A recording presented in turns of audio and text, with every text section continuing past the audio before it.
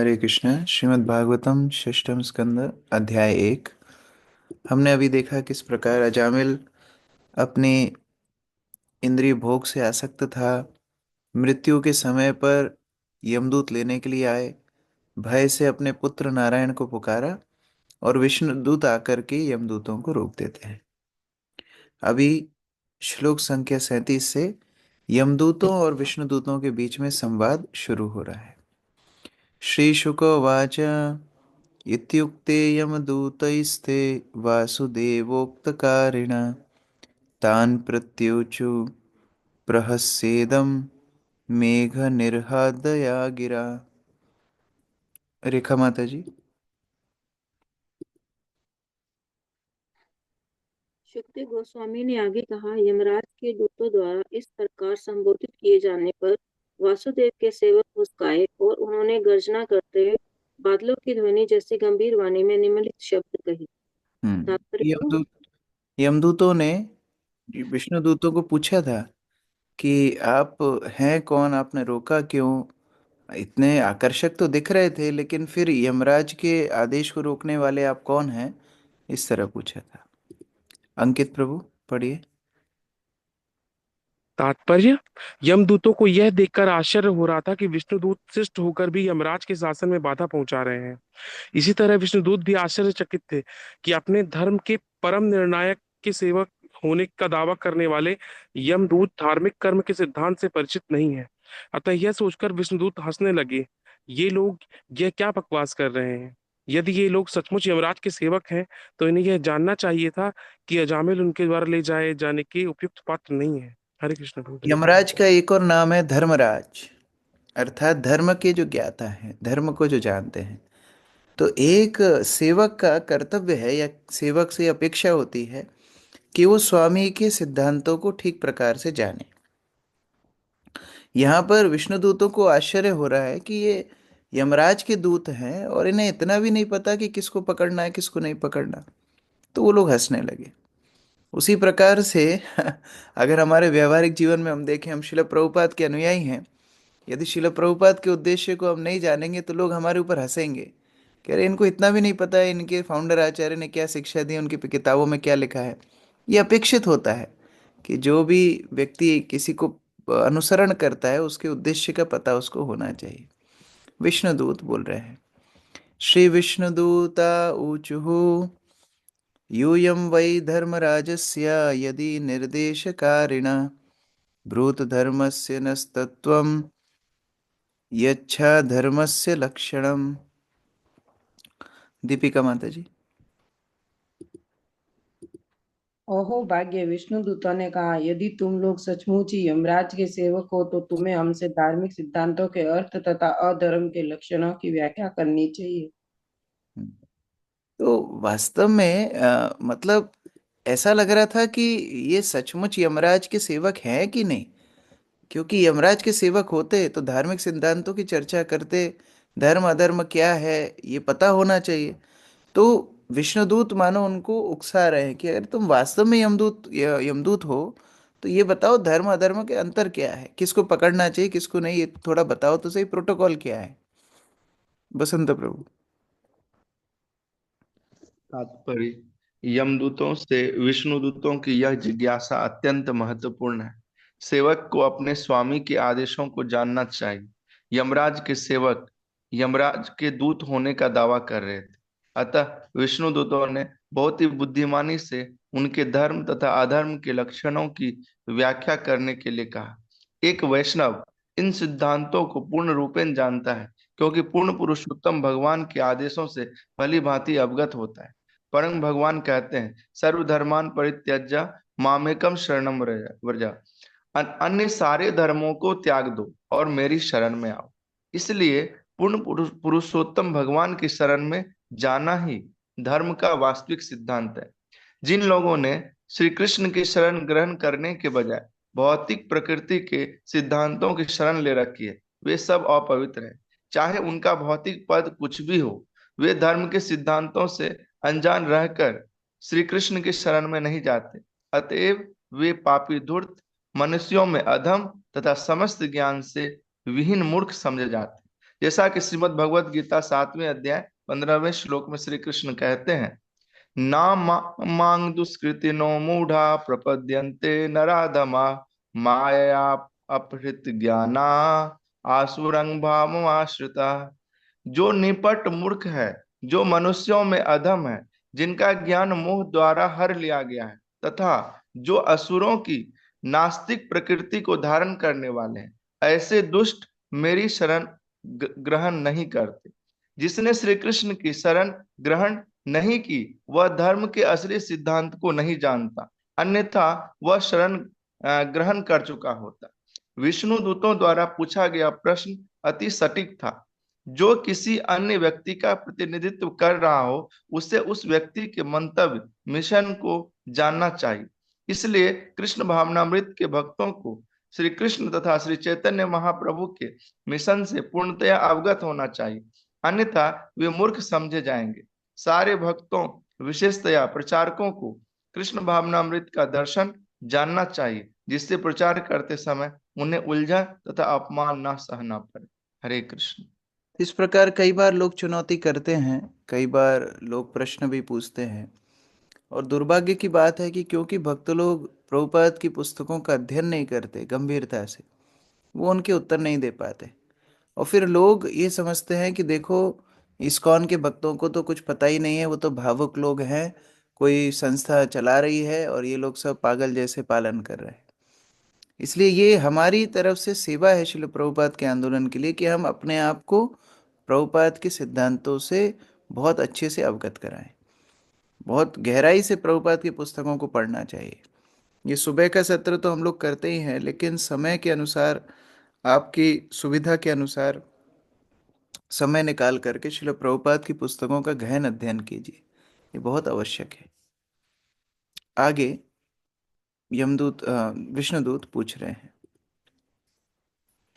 कथम स्विद्धि धीर्यते दंड कम वास्य स्थानमीप्सतम दंडयः किं कारिणः सर्वे अहो स्वित् कतिचिन्नृणाम। योगेश प्रभु। दूसरों को दंड देने की विधि क्या है? दंड के वास्तविक पात्र कौन है?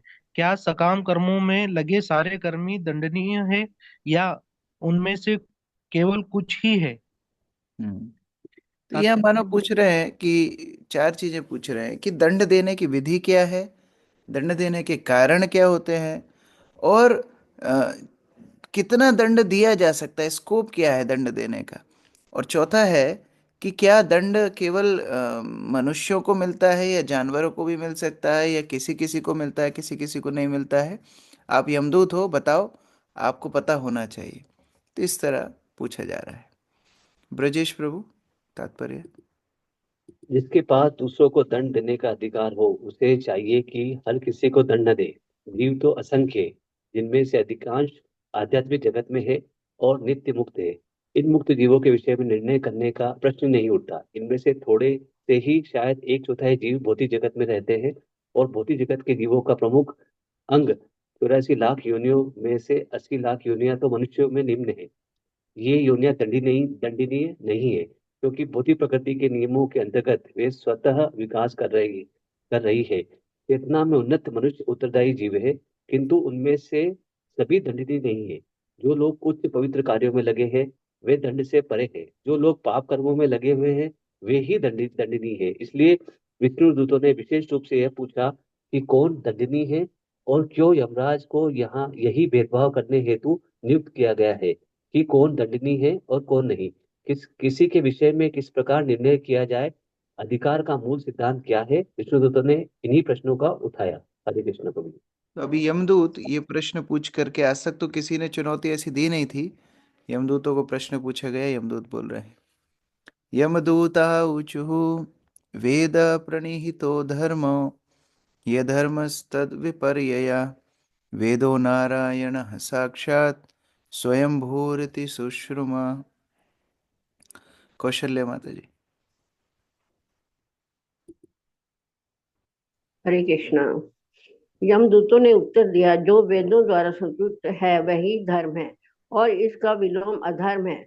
वे साक्षात पूर्ण पुरुषोत्तम भगवान है, नारायण है और स्वयं उत्पन्न हुए हैं। हमने यमराज से यह सुना है। हरे कृष्ण। तो सबसे पहली बात बता रहे हैं, जो वेदों में वर्णित है, धर्मम तो साक्षात भगवत प्रणीतम, जो शास्त्रों में वर्णित है वो धर्म है, और जो शास्त्रों के विरुद्ध है वो अधर्म है।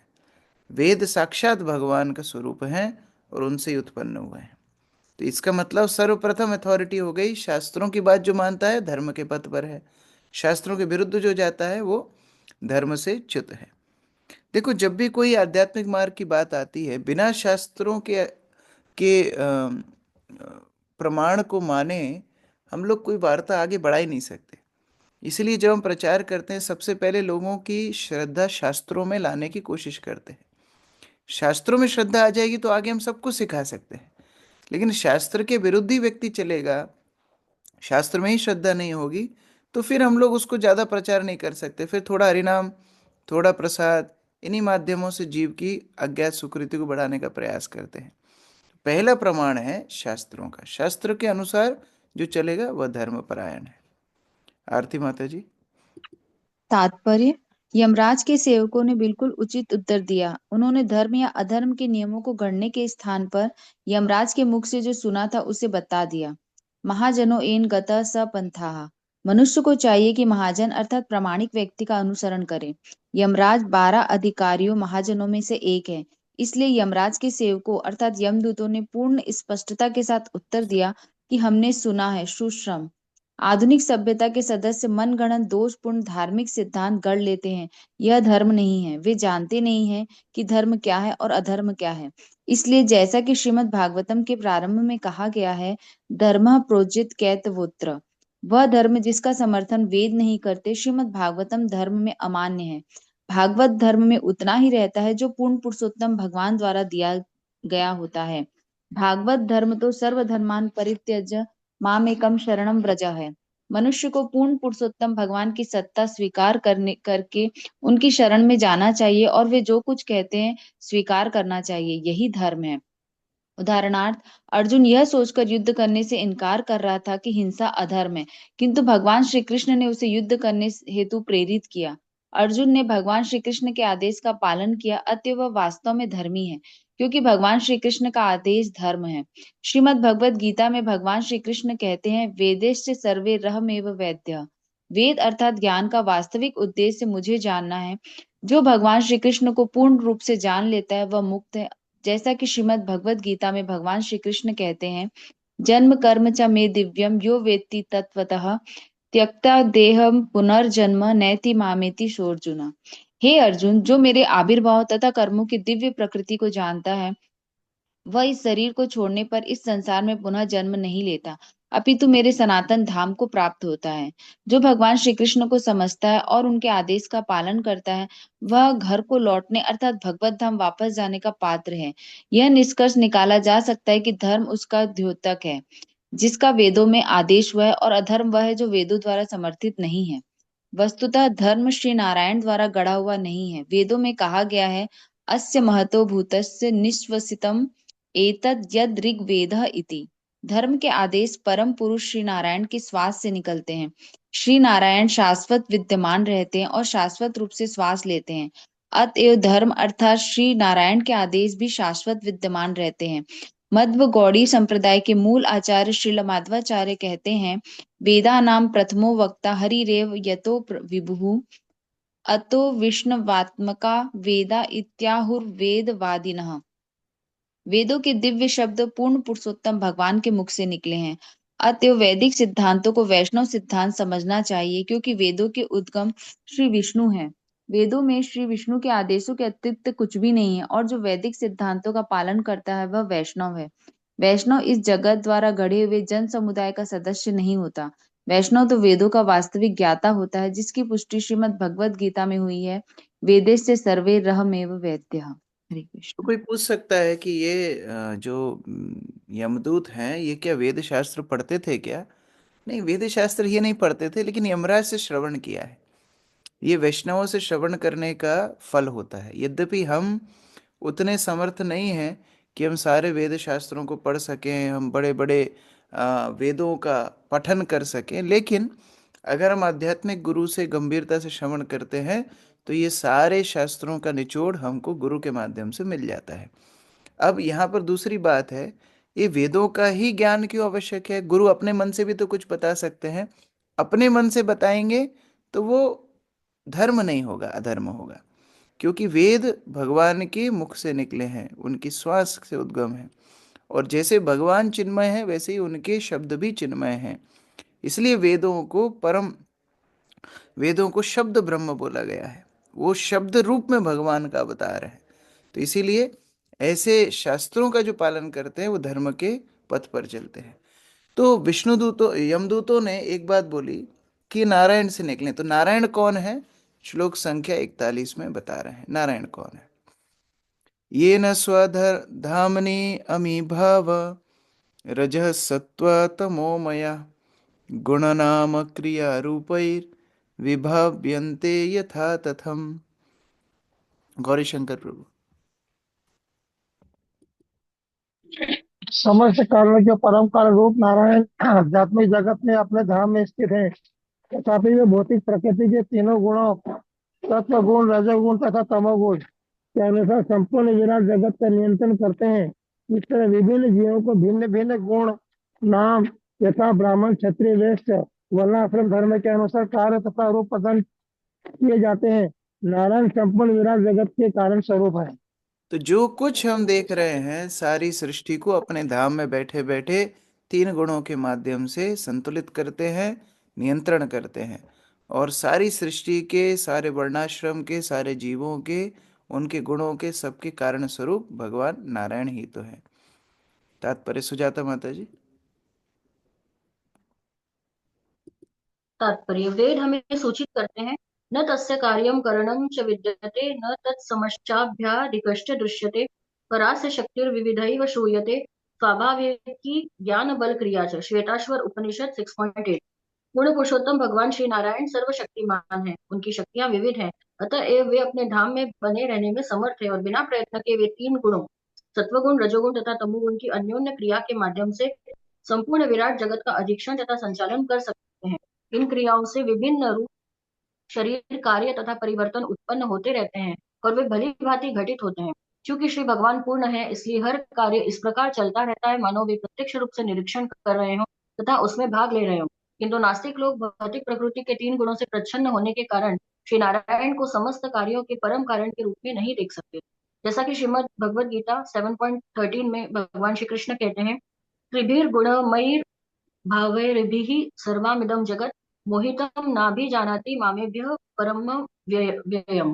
तीनों गुणों सतो, रजो तथा तमो के द्वारा मोहग्रस्त यह सारा संसार मुझ गुणातीत तथा अविनाशी को नहीं जानता। चूंकि मूर्ख, संशयवादी, मोहित है, तीनों गुणों द्वारा मोहग्रस्त है, अतएव वे यह नहीं समझ पाते कि श्री नारायण या भगवान श्री कृष्ण ही समस्त कार्यों के परम कारण है। जैसा कि ब्रह्म संहिता में कहा गया है, ईश्वरः परमः कृष्णः सच्चिदानंद विग्रह अनादिरादिर गोविंदः सर्व कारण कारणम। गोविंद कहलाने वाले भगवान श्री कृष्ण परम नियंता है, उनका शरीर शाश्वत, आनंदमय तथा आध्यात्मिक है। वे सभी के उद्गम है, उनका कोई अन्य उद्गम नहीं है, क्योंकि वे समस्त कारणों के परम कारण। तो समझ गए, ठीक है, भगवान नारायण सबके स्रोत हैं, अपने धाम में रहते हैं और अपने धाम से ही यहाँ पर तीन गुणों के माध्यम से चलाते हैं। तो उनको बताता कौन है कि किस जीव ने क्या गड़बड़ की है, किस जीव ने कौन सा अच्छा कर्म किया, बताता कौन है? अगले श्लोक में बता रहे हैं कि व्यक्ति के साक्षी क्या होते हैं, उनकी क्रियाओं के साक्षी कौन होते हैं। सूर्य अग्नि खम मरुद्देवा सोम सद्या हनि दिशा कम कुहु स्वयं धर्म इति हियेते धैर्यस्य साक्षिणा। अंश प्रभु पढ़िए।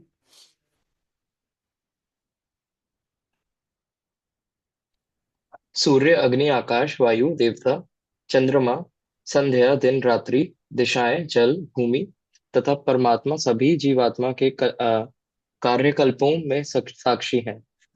तो ये सारे साक्षी हो गए। सूर्य, अग्नि, आकाश, वायु, देवगण, चंद्रमा, संध्या, दिन रात, दिशाएं, जल, स्थल तथा स्वयं परमात्मा, द्वादश साक्षी होते हैं। ये द्वादश साक्षी हमेशा जीव की क्रियाओं को देखते रहते हैं और नोट करते रहते हैं कि वो क्या क्रिया कर रहा है, क्या अच्छा कर रहा है, क्या धर्म के पथ पर कर रहा है, क्या धर्म के पथ पर कर रहा है। रघुवीर प्रभु। हरे कृष्ण का तात्पर्य। कुछ धार्मिक संप्रदाय के सदस्य विशेष रूप से ईसाई कर्म के फलों में विश्वास नहीं करते। एक बार हमने एक विद्वान ईसाई प्रोफेसर से विचार विमर्श किया तो उसने यह तर्क दिया कि यद्यपि लोगों को उनके दुष्कर्मों के लिए तब दंड दिया जाता है जब साक्षियों से सबूत मिल जाते हैं, किंतु ये साक्षी किसी के विगत कर्मों के फलों के लिए कष्ट पाने के लिए जिम्मेदार कहाँ है। ऐसे व्यक्ति के लिए यहाँ पर यमदूतों ने उत्तर दिया है। बद्धजीव यह सोचता है कि वह चोरी चुपके कार्य कर रहा है और उसके पाप कर्म को कोई नहीं देख सकता, किंतु शास्त्रों से हमें यह समझ लेना चाहिए कि साक्षी अनेक है, यथा सूर्य, अग्नि, आकाश, वायु, चंद्रमा, देवता, संध्या, दिन रात, दिशाएं, जल, स्थल तथा स्वयं परमात्मा, जो प्रत्येक हृदय में आत्मा के रूप में स्थित है। साक्षियों की कमी कहाँ है? साक्षी तथा परमेश्वर दोनों विद्यमान हैं, इसलिए अनेक जीवों को या तो उच्च लोकों में लाया जाता है या नरक जैसे निम्न लोकों में नीचे गिरा दिया जाता है। इसमें कोई त्रुटि नहीं हो पाती, क्योंकि हर वस्तु की व्यवस्था परमेश्वर के प्रबंध के द्वारा की जाती है। स्वाभाविकी ज्ञान बल क्रिया च। इस श्लोक में जिन साक्ष्यों का उल्लेख हुआ है वे अन्य वैदिक ग्रंथों में भी वर्णित है। आदित्य चंद्रावती नो अनलश्च भूमिरापो हृदयं यमश्च अहश्च रात्रिश्च उभे च संधे धर्मो अपि जानाति नरस्य वृत्तम। इस प्रकार कोई भी ये नहीं सोचना चाहिए कि हम कोई चीज कर रहे हैं, कोई तो देख नहीं रहा है, कौन देखता है। नहीं, ये सारे साक्षी हमें हमेशा देखते रहते हैं। एते धर्मो विज्ञाता स्थानम दंडस्य युज्यते सर्वकर्ण कर्मानुरोधेन दंडम अर्हन्ति कारिण। मोनिका माता जी। दंड के पात्र वे हैं जिनकी पुष्टि इन अनेक साक्षियों ने की है कि वे निर्दिष्ट नियमित कार्यों से विचलित हुए सकाम कर्मों में लगा हुआ है। प्रत्येक व्यक्ति अपने पाप कर्मों के अनुसार दंड दिए जाने के लिए उपयुक्त होता है। हरे कृष्ण। तो प्रश्न पूछा गया था कि भाई आप निर्णय कैसे करते हो, कौन को दंड देना है, कौन को नहीं। तो यमदूत बता रहे हैं ये 12 साक्षी जिसका लेखा जोखा सबमिट करते हैं उसके अनुसार दंड निर्धारित होता है। संभवन्ति हि भद्राणि विपरीतानि चानघा कारिणाम गुणसंगोस्ति देवाहम न हि कर्म कृत। मनीष प्रभु, अनम्यूट कीजिए। हाँ प्रभु। हरे कृष्णा। हे वैकुंठ वासियों, तुम निष्पाप हो, किंतु इस भौतिक जगत के भीतर रहने वाले सारे वासी कर्मी हैं, जो चाहे वो शुभ कर्म कर्म हो या अशुभ। ये दोनों प्रकार के कर्म कर्म उनके लिए संभव है, क्योंकि वे प्रकृति के तीनों गुणों द्वारा कुलसित रहते हैं। उन्हें तदानुसार कर्म करना पड़ता है। जिससे जिसने भी भौतिक शरीर अपनाया है वो निष्क्रिय नहीं हो सकता। वो प्रकृति के तीनों गुणों के अधीन कर्म करने वाले के लिए पाप कर्म से बचना पाना असंभव है। इसलिए इस जगत के सारे जीव दंडनीय है। हरे कृष्णा। तो कोई पूछ सकता है कि अच्छा, आप जो ये 12 साक्षियों का वर्णन कर रहे हो तो विष्णु दूत भी उसके अंदर आते हैं क्या? तो यहाँ पर यमदूत उत्तर दे रहे नहीं, आप वैकुंठ में जो निवास करते हैं, आध्यात्मिक जगत में जो निवास करते हैं, उनके ऊपर हमारा अधिकार नहीं है। जो इस भौतिक शरीर को धारण किए हैं उनके कर्मों का लेखा जोखा हम रखते हैं। जिन्होंने भी भौतिक शरीर अपनाया कुछ ना कुछ तो क्रिया करेंगे, गड़बड़ होगी ही होगी, पाप कर्म से बच पाना असंभव है। इसलिए अगर एक दृष्टि से देखें तो सारा जगत ही दंडनीय है। किरण माता जी पढ़िए।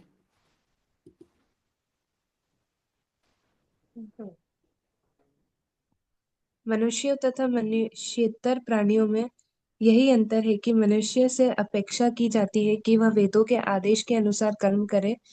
दुर्भाग्यवश मनुष्य वेदों की चिंता न करते हुए कर्म करने की अपनी स्वयं की शैली गढ़ लेते हैं, इसलिए वे सभी लोग पाप कर्म करते हैं और दंडनीय है। और ऐसा नहीं है कि जिनने देह धारण किया है भौतिक जगत में उनको दंड मिलना ही मिलना है। अगर शास्त्रों के अनुरूप जीवन जिएंगे तो कोई समस्या नहीं है। लेकिन समस्या वही होती है, लोग बोलते हैं नहीं शास्त्रों क्या, हम तो अपने हिसाब से चलेंगे। वहीं पर समस्या शुरू हो जाती है। श्लोक संख्या 45। ये न यावन यथा धर्मो धर्म वेह समीहिता स एव तत्फलं भुंक्ते तथा तावत् अमुत्र वै। प्रमोदानंद प्रभु जी।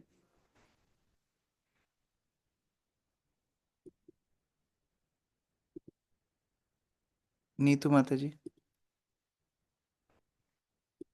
हरे कृष्णा प्रभु जी। इस जीवन में अपने धार्मिक या अधार्मिक की मात्रा के अनुपात मनुष्य अपने अगले जीवन में अपने कर्म के अनुसार फलों का भोग करता है या कष्ट उठाता है। हरे कृष्णा प्रभु। इस प्रकार से हम देखते हैं कि कैसे व्यक्ति अपने स्वतंत्र होकर के कर्म करेगा, धार्मिक पथ पर चलेगा, शास्त्र अनुरूप चलेगा, धार्मिक पथ पर चलेगा, और उसे के अनुरूप कर्म गठित करता है, उसी कर्मों के अनुरूप उसको कष्ट या भोग आगे मिलता है। गीता में इसको कैसे समझाया प्रभुपाद तात्पर्य में बता रहे हैं। बबीता माता जी। हरे कृष्ण प्रभु जी। पंचांग प्रणाम। भगवत गीता 14.18 में कहा गया है कि ऊर्ध्व गच्छन्ति सत्वता सत्वस्था मध्ये तिष्ठति राजसः जघन्य गुण व्रस्थिता अधो गच्छति तामसः। जो लोग सतोगुणी होते हैं वे देवता बनने के लिए उच्चतर लोकों में भेज दिए जाते हैं। जो सामान्य रीति से कर्म करते हैं और अत्यधिक पाप कर्म नहीं करते वे इस मध्य लोक में रहते हैं, तथा जो अत्यंत घृणित पाप कर्म करते हैं उन्हें नारकीय जीवन में नीचे जाना पड़ता है। हरे कृष्णा। तो सतोगुणी पथ पर रहेंगे, उच्च लोकों में जाएंगे, रजोगुण के सहारा लेंगे मध्य लोकों में, और तमोगुण में नीचे के लोकों को प्राप्त होते हैं। आगे यथेह देव प्रवरास्तैविध्यान् उपलभ्यते भूतेषु गुण वैचित्र्य तथान्यत्रानु मीयते। प्रतिभा माता जी। हरे कृष्ण प्रभु जी। दंडवत प्रणाम। हे देव श्रेष्ठ, हम विभिन्न प्रकार के तीन जीवन देखते हैं जो प्रकृति के तीन गुणों के कल्मश के कारण होते हैं। इस प्रकार जीव शांत अशांत तथा मूर्ख सुखी दुखी या इन दोनों के बीच तथा धार्मिक अधार्मिक या अधर्म धार्मिक जाने जाते हैं। हम यह निष्कर्म निकाल सकते हैं कि अगले जीवन में ये तीन प्रकार की भौतिक प्रकृतियां इस प्रकार से कर्म करेगी। हरे कृष्ण। तो सतोगुण रजोगुण तमोगुण। सतोगुण में जीवात्मा शांत, रजोगुण में अशांत, तमोगुण में मूर्ख। सतोगुण में सुखी, रजोगुण में दुखी, और तीसरे में इन दोनों के बीच, कभी सुखी कभी दुखी। तथा सतोगुण में धार्मिक, रजोगुण में अधार्मिक, रजोगुण में अर्ध धार्मिक और तमोगुण में अधार्मिक। तो इस तरह अलग अलग वर्गीकरण यहाँ पर किए गए हैं तीन प्रकार की प्रकृतियों के अनुसार। हंसराज प्रभु। कृष्णा प्रभु। तात्पर्य, प्रकृति के तीन गुणों के कार्य तथा फल किसी जीवन में दृष्टिगोचर होते हैं। उदाहरणार्थ, कुछ लोग अतीव सुखी हैं, कुछ अत्यधिक पीड़ित हैं और कुछ सुख तथा दुख की मिली जुली स्थिति में है। यह प्रकृति के गुणों सतो रजो तथा तमो गुण के साथ विगत संगति का परिणाम है। चूंकि ये विविधताएं इस जीवन में दृष्टिगोचर होती है, अतः हम यह अनुमान लगा सकते हैं कि सारे जीव प्रकृति के विभिन्न गुणों के संसर्ग के अनुसार अपने अगले जीवनों में भी सुखी दुखी या इन दोनों के बीच में होंगे। इसलिए सबसे अच्छी नीति तो यह है कि अपने को प्रकृति के तीनों गुणों से विलग कर लिया जाए और उनके कलमश से सदैव परे रहा जाए। ऐसा तभी संभव है जब मनुष्य अपने को भगवान की भक्ति में पूरी तरह लगा दे, जैसा कि भगवत गीता 14.26 में कृष्ण पुष्टि करते हैं, माँ चा यो व्यभिचारण है भक्ति योगेन सवेते सगुणान समतीत्येतान ब्रह्म भूयाय कल्पते। जो समस्त परिस्थितियों में एकांतिक भाव से पूर्ण भक्ति से प्रवृत्त होता है, वह तुरंत ही प्रकृति के गुणों को लांघ जाता है और इस प्रकार ब्रह्म के पद तक पहुंच जाता है। भगवान की सेवा में पूरी तरह से लीन हुए बिना मनुष्य प्रकृति के तीनों गुणों के कलमश से प्रभावित होता रहता है। अतः वह दुख या सुख तथा दुख के मिले जुले रूप को भुगता है। हरे कृष्ण प्रभु जी, इस धन्यवाद प्रणाम। प्रकार अगर तीनों गुणों के प्रभाव से मुक्त होना है तो भगवान के आश्रय में रह के भगवान के सिद्धांतों का पालन करना है। तो फिर वो निर्गुण स्थिति होती है जहाँ व्यक्ति किसी गुण से प्रभावित नहीं होता। वर्तमानोऽन्यो कालो गुणाभिज्ञापको यथा एवं जन्मानयोरेतत् धर्माधर्म निदर्शनम्। अक्रूर प्रभु।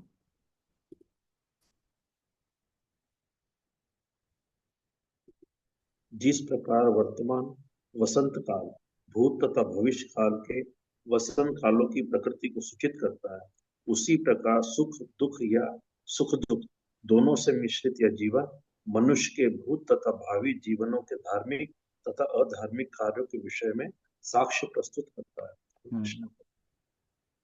तात्पर्य अनिकेत प्रभु। तात्पर्य, हमारे लिए भूत तथा भविष्य को समझ पाना बहुत कठिन नहीं है, क्योंकि काल प्रकृति के तीन गुणों के कल्मश के अधीन होता है। वसंत ऋतु के आगमन के साथ ही विविध प्रकार के फल फूल स्वतः प्रकट हो जाते हैं। अतः हम यह निष्कर्ष निकाल सकते हैं कि भूतकाल में वसंत इसी तरह के फलों तथा फूलों से अलंकृत थी और भविष्य में भी रहेगी। हमारे जन्म मृत्यु का चक्र काल के भीतर चल रहा है और प्रकृति के गुणों के प्रभाव के अनुसार हम विविध प्रकार के शरीर प्राप्त करते हैं और विविध स्थितियों के अनुकूल बनते हैं। हरे कृष्ण।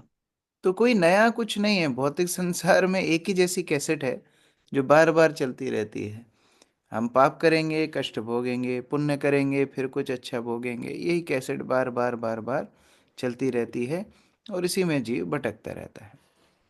मनसैव पुरे देवा पूर्व रूपम विपश्यति अनुमीमांसते पूर्वम मनसा भगवान अजः।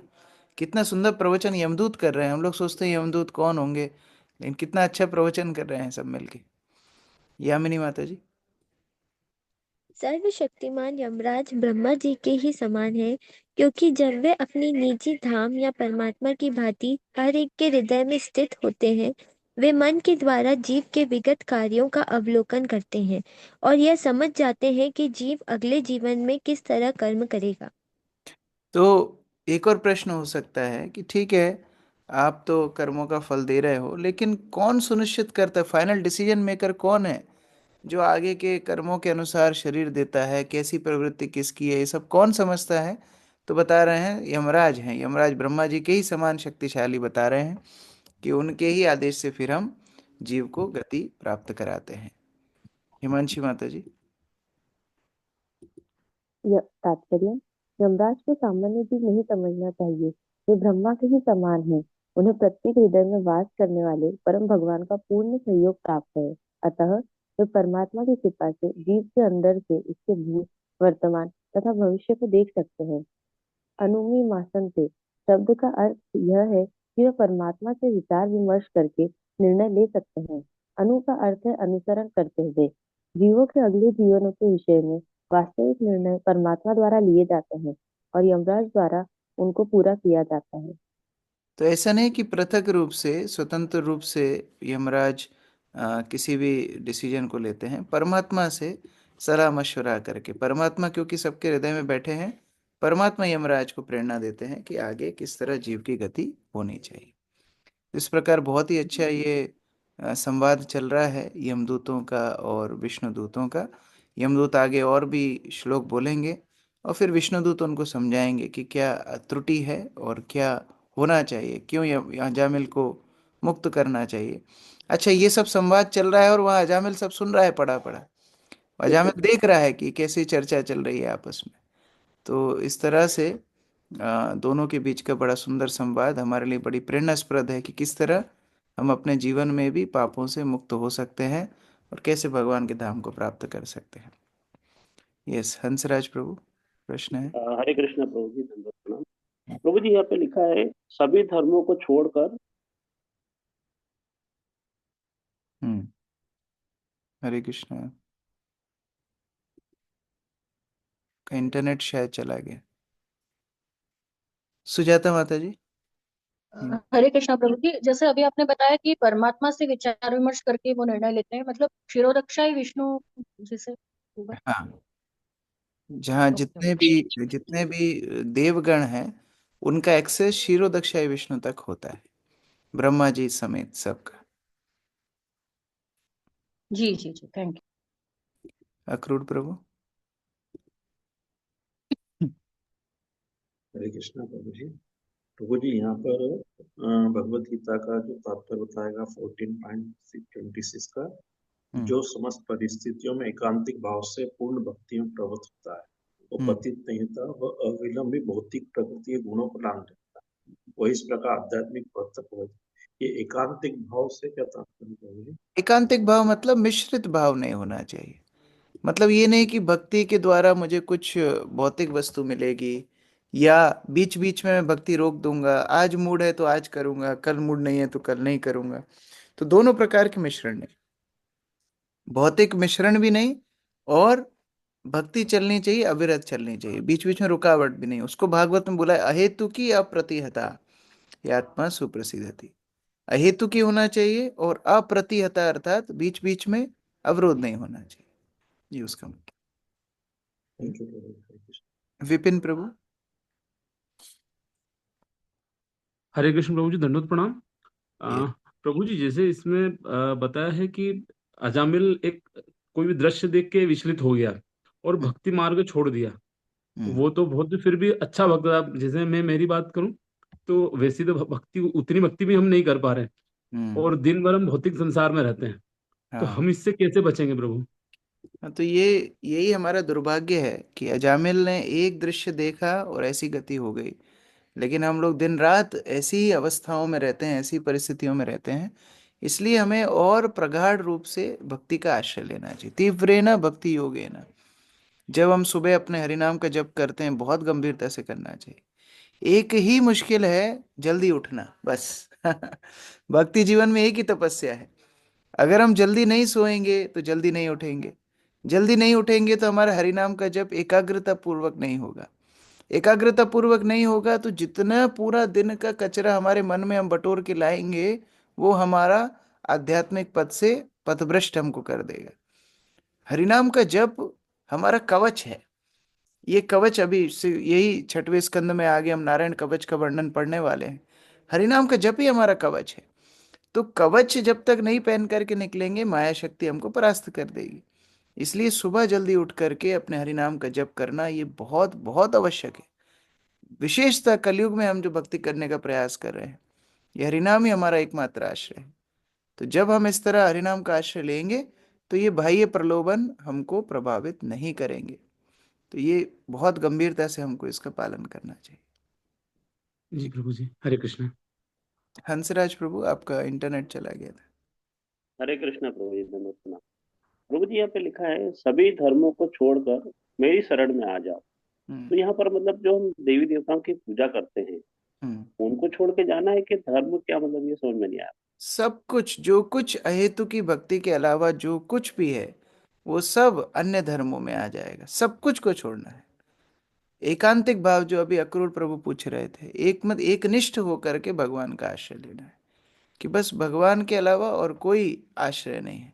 हाँ, हम लोग ये जो दूसरा नाम अपराध है कि अन्य देवी देवताओं के नाम को भगवान स्वतंत्र मानना, उसका एक अंग ये भी है कि उनका अपमान भक्त कभी नहीं करता है।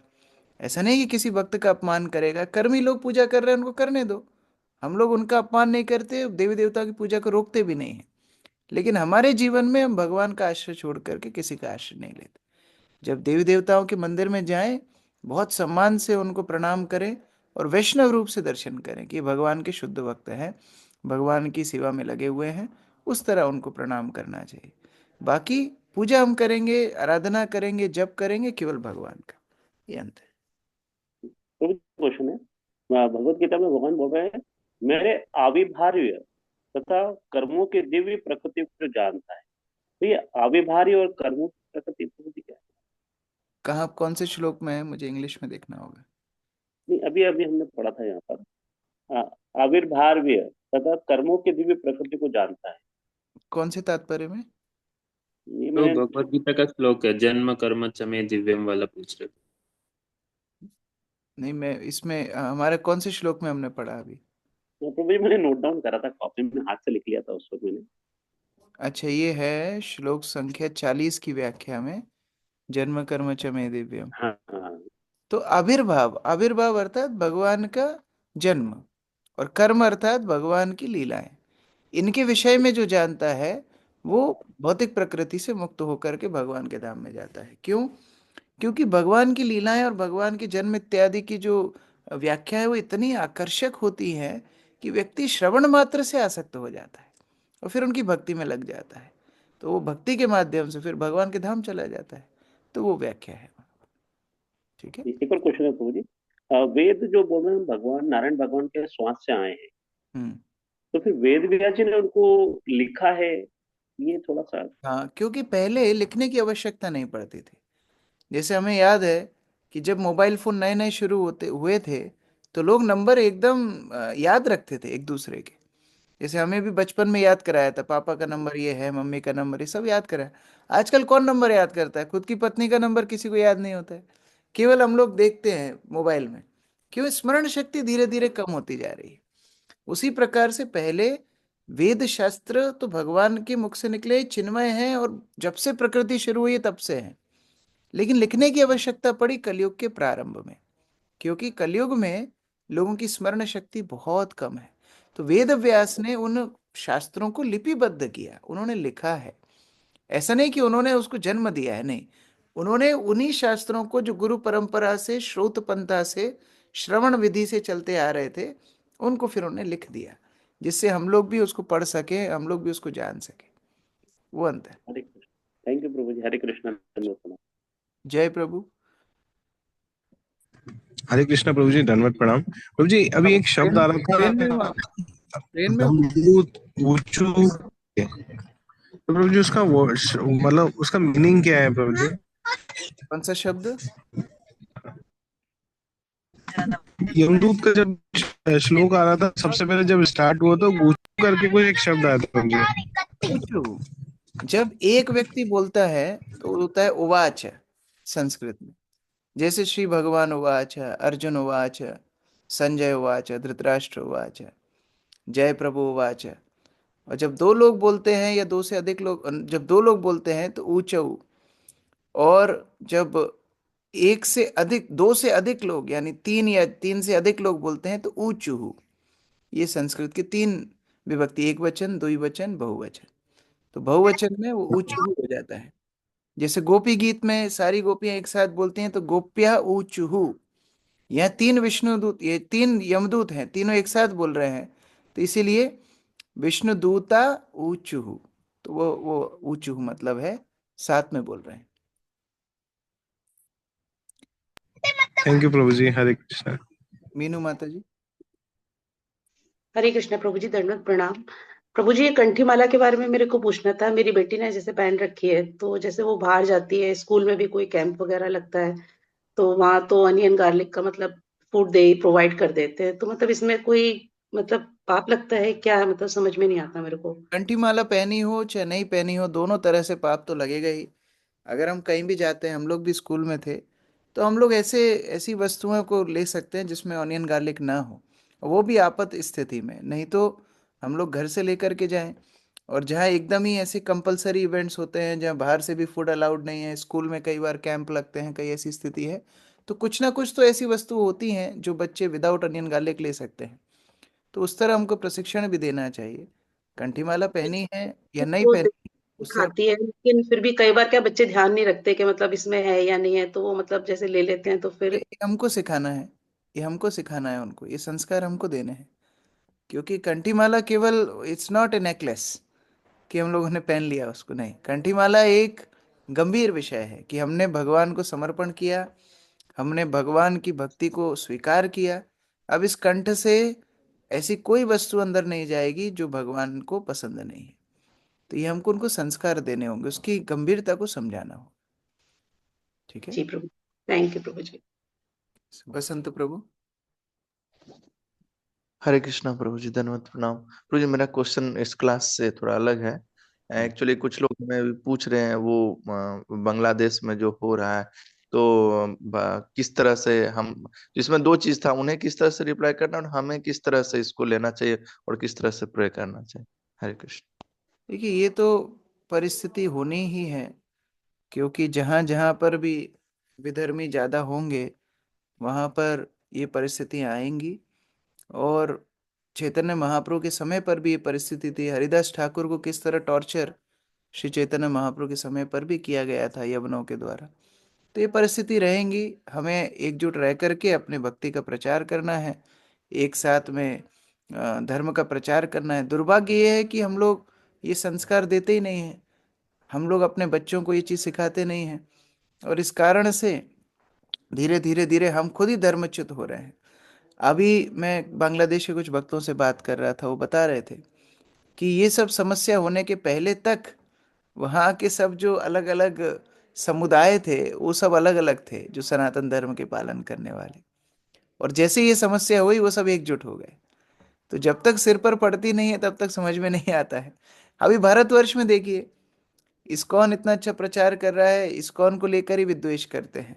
कोई शंकराचार्य कुछ बोलते हैं, कोई कुछ बोलते हैं, कोई कुछ बोलते हैं। फिर जा करके उनको समझाना पड़ता है। जैसे एक बहुत बड़े संत हैं, बहुत फेमस भी हैं टीवी पर, उन्होंने इस्कॉन के बारे में जो मन में आया बोल दिया। फिर हमारे भक्त वहां गए, अमुक लीला प्रभु वहां गए, सब लोग गए, उन्होंने समझाया कि नहीं, आप किस आधार पे बोल रहे हैं, हम लोग तो परंपरा का पालन कर रहे हैं, शास्त्र पालन कर रहे हैं, समाज की भी सेवा कर रहे हैं। तो फिर उन्होंने दूसरी एक वीडियो पोस्ट की कि नहीं नहीं, इस्कॉन बहुत अच्छा काम कर रहे हैं। तो हम आपस में ही लड़ते रहेंगे तो इस तरह की वस्तुएं हमेशा होती रहेंगी। सबसे पहली जी बात, श्री चैतन्य महाप्रभु ने जो आंदोलन शुरू किया है उसकी इतनी शक्ति है कि सारे विश्व को एक छत्र के अंदर ला सकते हैं।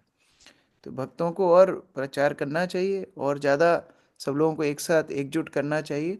और केवल एक विशेष पंथ से लड़ने के लिए नहीं, वो मानसिकता गलत होगी। लेकिन जी स्वयं के उत्थान के लिए, ये यमदूत सबको पकड़ के ले जाए उसके लिए भी तो अपने जी उद्धार करेंगे अपने आप। बाकी चीजें तो अपने आप घटित हो ही जाएंगी। आज यहाँ जितने भक्त हैं भागवत पढ़ रहे हैं, भगवान के नाम का जप कर रहे हैं, आज उनके जीवन में कोई भी ऐसी वस्तु आती है जहाँ उन्हें भगवान की भक्ति छोड़ने के लिए कोई कोई मजबूर करे, तो वो थोड़ी छोड़ेंगे।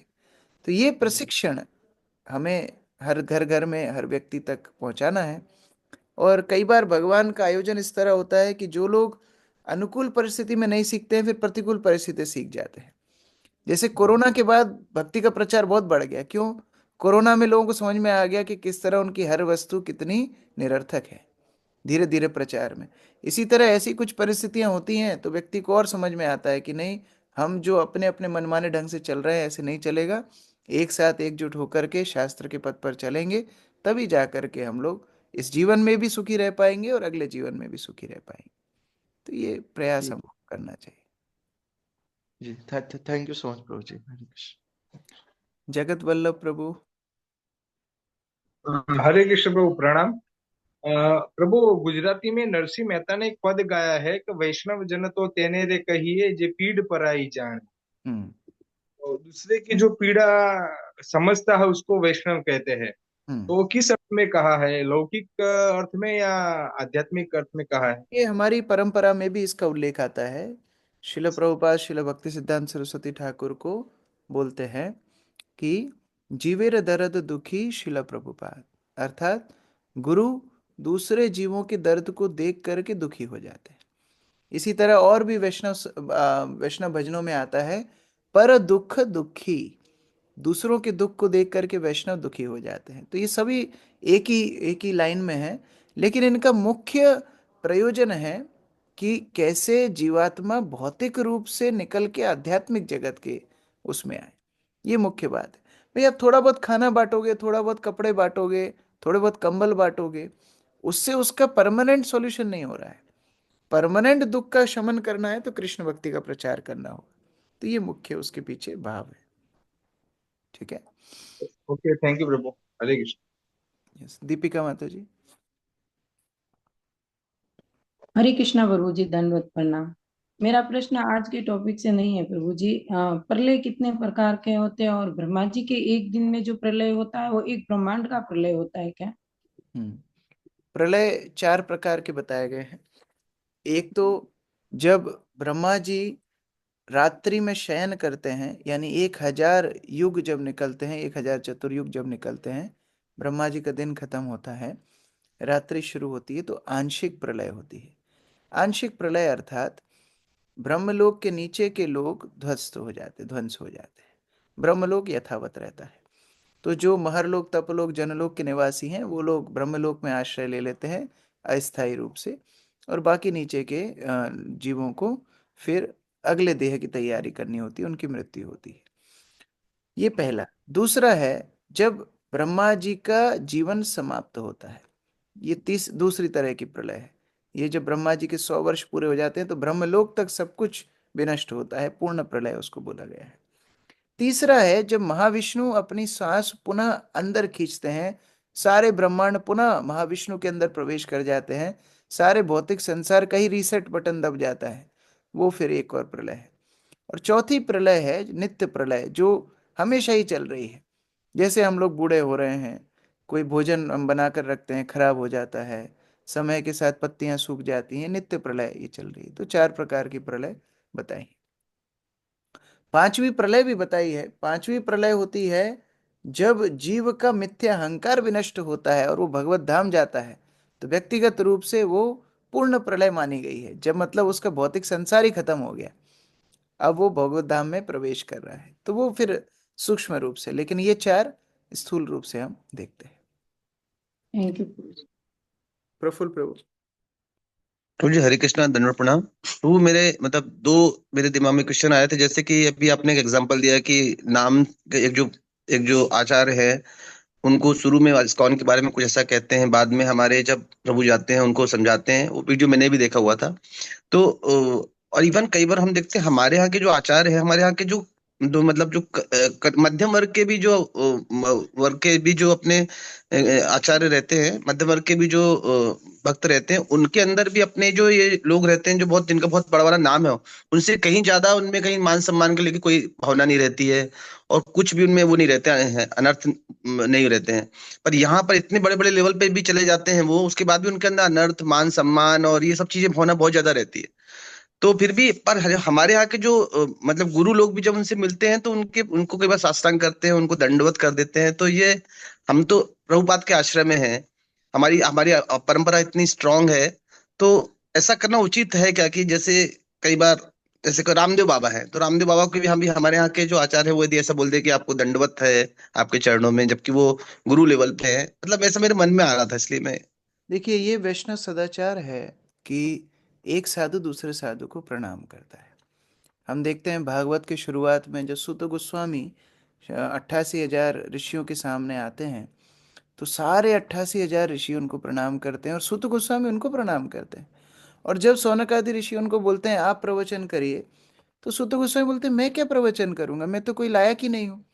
तो वो लोग उनको प्रेरणा देते, नहीं आपसे हमको श्रवण करना है। तो वास्तविक साधु वो है जो दूसरे साधुओं को सम्मान करे। साधु क्या है? जो जानवरों तक को सम्मान करे, ये वास्तविक साधु है। तो विनम्रता साधुत्व की पहचान है। तो जब हम वैष्णव सदाचार पढ़ते हैं, जैसे हमारे गुरु महाराज ने भी सेमिनार दिया है वैष्णव सदाचार के ऊपर, उसमें एक पूरा चैप्टर है कि जो अन्य परंपराएं हैं, जो अन्य अखाड़े हैं, जो अन्य मठ हैं, और जो मायावादी सन्यासी तक हैं, उन तक को प्रणाम करना चाहिए। क्यों? क्योंकि ये शिष्टाचार है।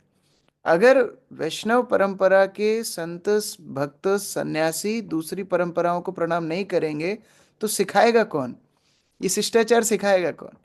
तो हम अच्छी परंपरा से आ रहे हैं, इसका मतलब ये नहीं हम किसी को प्रणाम नहीं करेंगे, नहीं।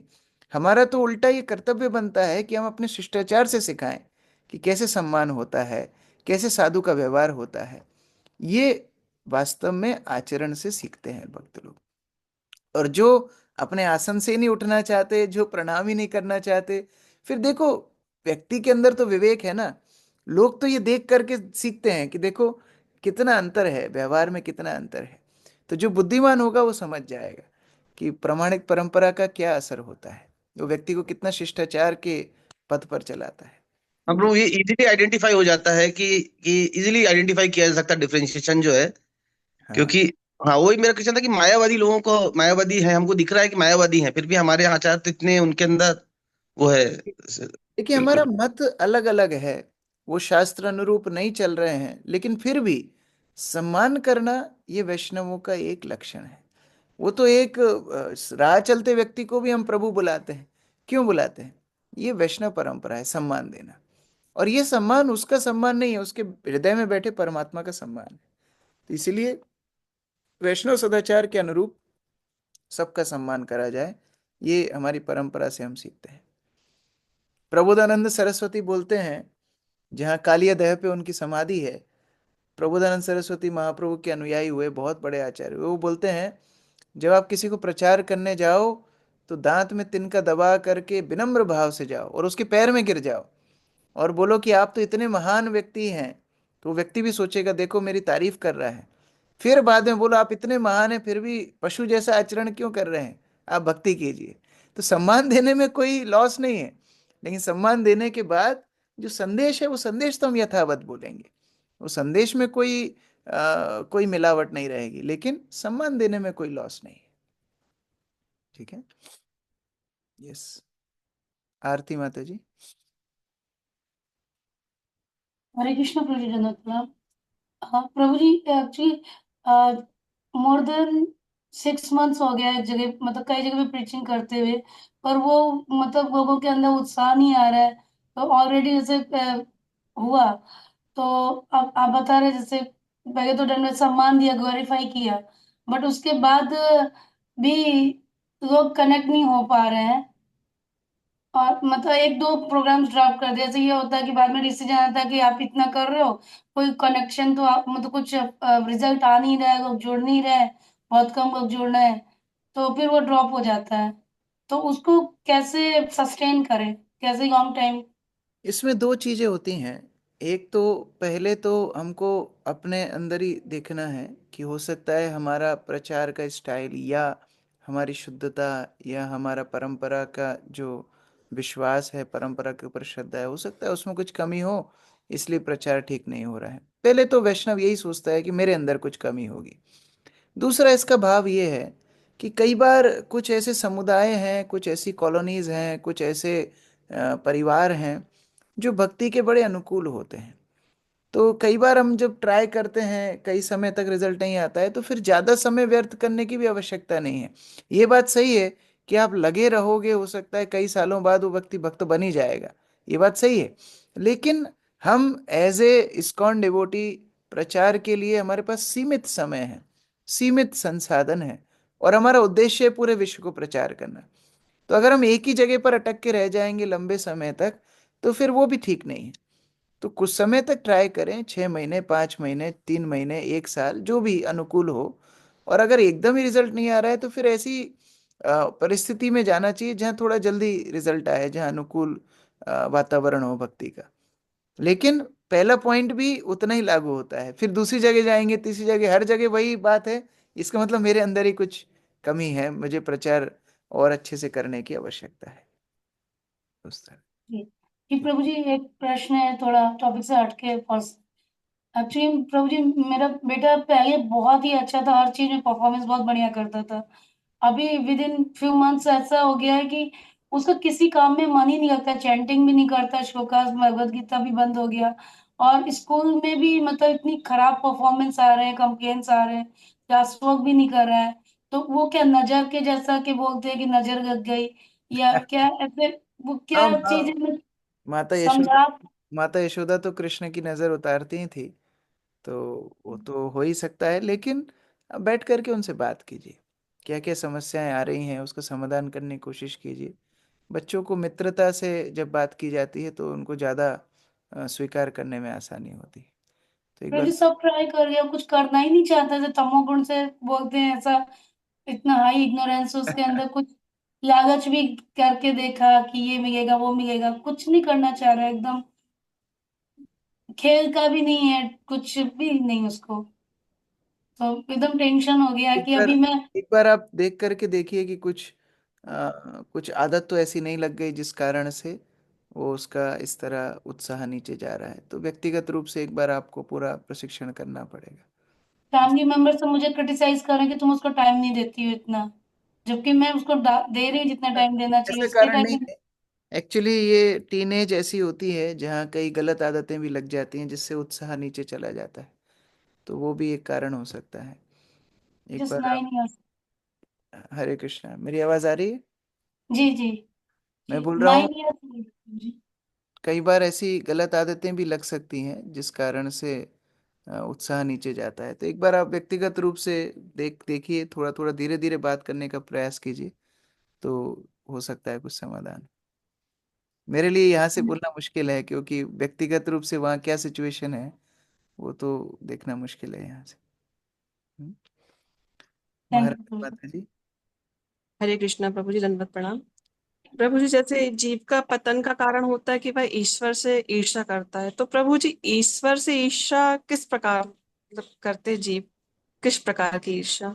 ये भोग ऐश्वर्य के प्रति आसक्ति जीव की होती है। ईर्ष्या अर्थात ऐसा नहीं कि एकदम ही शिशुपाल जैसी ईर्ष्या।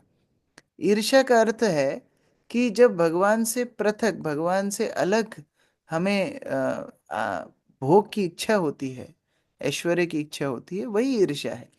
जैसे मानो घर में सब लोग बैठे हैं और घर में कोई एक व्यक्ति किचन में जाए और खुद अपना खाना लेकर के कमरे में चला जाए, बाकी लोगों को खाना मिले ही ना।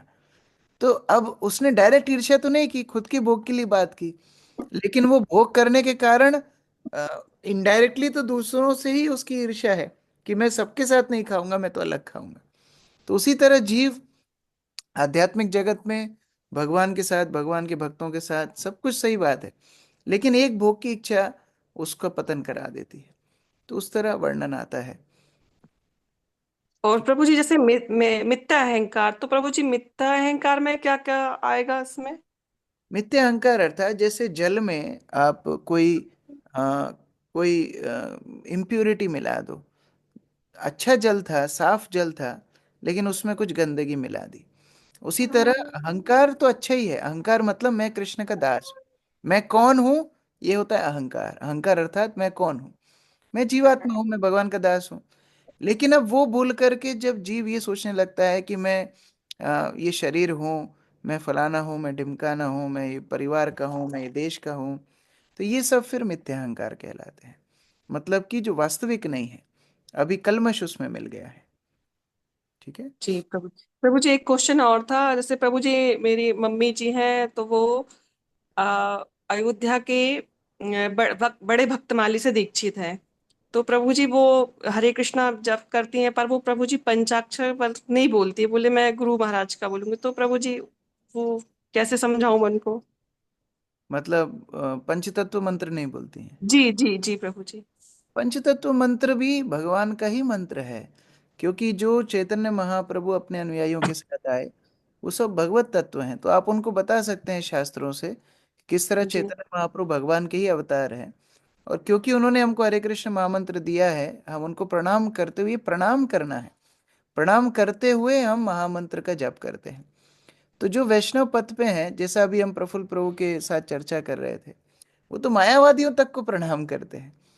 तो जो जिसने हरे कृष्ण महामंत्र हमको पहुंचाया है, जो अवतार के माध्यम से हम हरिनाम संकीर्तन को प्राप्त किए हैं, उनको प्रणाम करने में कोई परहेज नहीं होना चाहिए। तो उस तरह, क्योंकि उनको पता नहीं है ये कौन है, इसलिए शायद वो डाउट है। आप उनको अच्छे से बताएंगे तो वो समझ जाएंगे। जी ठीक है। प्रभु जी करती तो हैं वो, बस यही कि बस वो पंचाक्षर मंत्र नहीं बोलती हैं, बाकी वो करती हैं हरे कृष्ण मंत्र। हाँ, उनको आप समझाएंगे तो पंचतत्व मंत्र भी वो पाठ कर पाएंगे, क्योंकि ये जी जी। पंचतत्व मंत्र वास्तव में हमें अपराध शोधन में मदद करता है। हरे कृष्ण महामंत्र में जितने अपराध होते हैं, पंचतत्व मंत्र का आश्रय लेने से श्री पंचतत्व हमें अपराधों से मुक्त करते हैं। ठीक है। थैंक यू प्रभु जी, हरे कृष्ण। आशीष प्रभु। हरे कृष्ण प्रभु जी, दंडवत प्रणाम।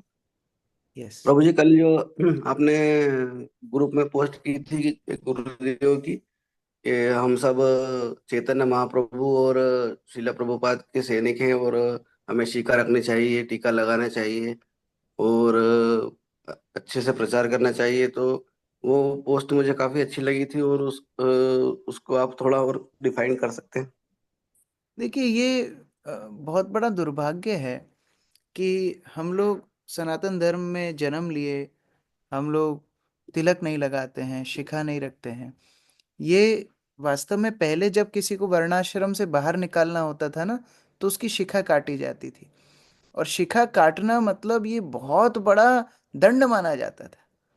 आजकल तो व्यक्ति ने शिखा कहाँ गायब हो गई पता ही नहीं है।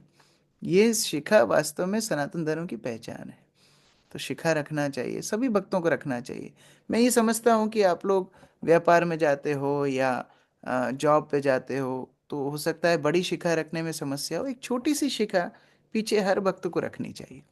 ये हमारी संस्कृति का सम्मान है।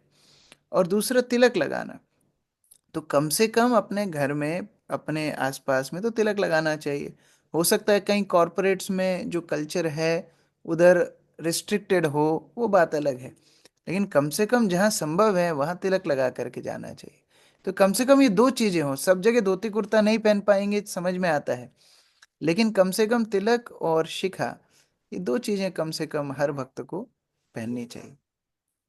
और प्रभु जी कंठी माला भी था उसमें। कंठी माला तो है ही आवश्यक। वो तो भक्त लोग पहनते ही हैं। जो लोग भगवान के नाम का जाप करते हैं, चार नियम का पालन करते हैं, उनको कंठी माला तो पहनना ही चाहिए। ये हमारे गले का पट्टा है। जब हम भगवान को कोई भी वस्तु अर्पित करते हैं, तुलसी लगा करके अर्पित करते हैं। तो आज अपने जी आप को अर्पित कर रहे हैं, तो वो भी तुलसी के स्पर्श के, हाँ मैं भगवान आपको अर्पित होना चाहता हूँ, ये भाव है। ठीक हरे है। कृष्ण प्रभु। शिवानी माता जी। हरे कृष्णा प्रभु जी, दंडवत प्रणाम।